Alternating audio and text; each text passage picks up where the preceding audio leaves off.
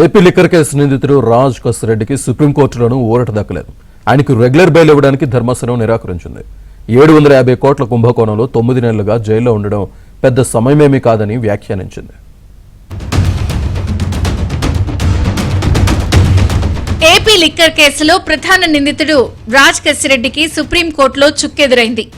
ఆయన బెయిల్ వ్యవహారంలో జోక్యం చేసుకోలేమని ధర్మాసనం తెలిపింది. ఈ కేసులో ఏపీ హైకోర్టు రెగ్యులర్ బెయిల్ ఇచ్చేందుకు నిరాకరించడంతో రాజ్ కసిరెడ్డి సుప్రీంకోర్టును ఆశ్రయించారు. దీనిపై సిజేఐ జస్టిస్ సూర్యకాంత్ నేతృత్వంలోని త్రిసభ్య ధర్మాసనం విచారణ చేపట్టింది.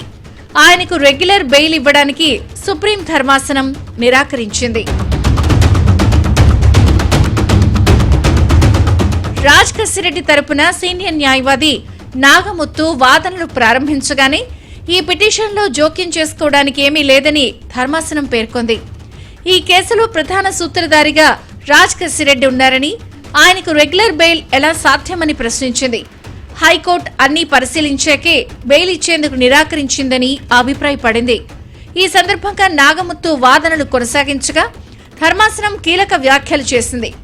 ఈ కేసులో ప్రధాన కుట్రకు రాజ్ కసిరెడ్డి కేంద్ర బిందువుగా ఉన్నట్లు తమకు అనిపిస్తోందని సుప్రీంకోర్టు వ్యాఖ్యానించింది.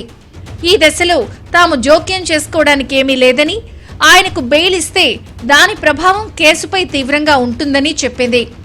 ఈ కేసులో ఇప్పటి వరకు తేలిన లెక్కల ప్రకారం 750 కోట్లు డిపాజిట్ చేసిన షెల్ కంపెనీలతో కసిరెడ్డికి నేరుగా సంబంధాలున్నట్లు కనిపిస్తోందని ధర్మాసనం పేర్కొంది. 9 నెలలుగా రాజ్ కసిరెడ్డి జైల్లో ఉన్నారని ఆయన తరపు న్యాయవాది కోర్టుకు తెలిపారు. అయితే 750 కోట్లకు పైగా అక్రమాలు చోటు చేసుకున్న వ్యవహారంలో 9 నెలలు జైలులో ఉండటం ఎక్కువేమీ కాదని సుప్రీంకోర్టు వ్యాఖ్యానించింది. ఈ కేసుకు సంబంధించిన అన్ని విషయాలు కోర్టు ముందుంచేందుకు న్యాయవాది సమయం కోరారు. దీంతో ధర్మాసనం తదుపరి విచారణ గురువారానికి వాయిదా వేసింది. వైసీపీ ప్రభుత్వంలో సీఎం జగన్ కు రాజ్ కసిరెడ్డి ఐటీ సలహాదారుగా ఉన్నారు.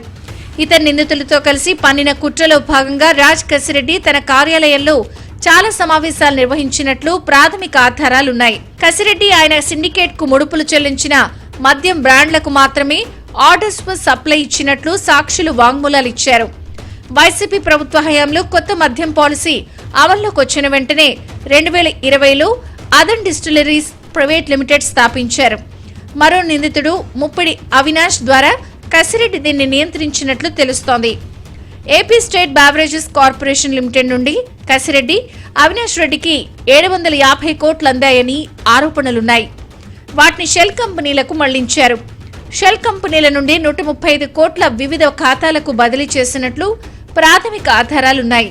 WhatsApp chat, call data, FSL నివేదికలు పరిశీలిస్తే ఈ అక్రమ లావాదేవీల్లో కసిరెడ్డి పాత్ర ఉన్నట్లు స్పష్టమవుతోందని గతంలో వ్యాఖ్యానించిన ఏపీ హైకోర్టుకు ఆయనకు రెగ్యులర్ బెయిల్ నిరాకరించింది. ఈ క్రమంలోనే హైకోర్టు తీర్పును సుప్రీంలో కసిరెడ్డి సవాలు చేశాడు. సిజేఐ జస్టిస్ సూర్యకాంత్ నేతృత్వంలోని ధర్మాసనం విచారించగా కసిరెడ్డి బెయిల్ను వ్యతిరేకిస్తూ ఏపీ ప్రభుత్వం తరపున సిద్ధార్థ లూథ్రా వాదించారు.